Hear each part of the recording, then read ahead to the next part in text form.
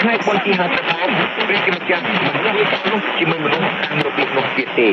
ព្រះអង្គមិនយាងមកស្ថិតនៅប្រជារបស់ព្រះអង្គដូចជាទ្រង់បានធ្វើជាមួយសាសនហើយព្រះមកបានចាស់ចេញទៅវិញខ្លួនឯង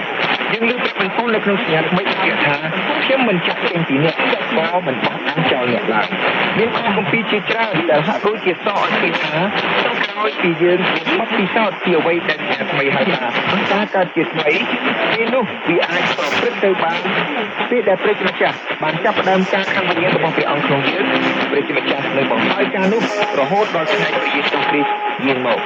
មិត្តព្រះជាម្ចាស់ទេថាឲ្យបងប្អូនមានទាំងសំណងមានទាំងសមត្ថភាពអាចនឹងប្រព្រឹត្តតាមបំណងដ៏សុខររបស់ព្រះ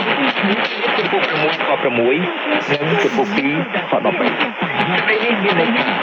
ជាបន្ទីផ្នែកចំពោះកិច្ចការនៃព្រះវិញ្ញាណបរិសុទ្ធមានកិច្ចការនៃព្រះវិញ្ញាណបរិសុទ្ធក្នុងយើងហើយមានប្រពោឬប្រេងសាំងនៃព្រះវិញ្ញាណបរិសុទ្ធក្នុងយើងចូលកត់សម្គាល់ពីជាផ្នែកនេះនៅពេលដែលព្រះវិញ្ញាណបរិសុទ្ធត្រូវបានគេពណ៌នានៅក្នុងបទគម្ពីរវណ្ណកិច្ចរបស់ព្រះអង្គនៅក្នុងយើងឬការអស្ចារ្យរបស់ទ្រង់ធ្វើការនៅក្នុងយើង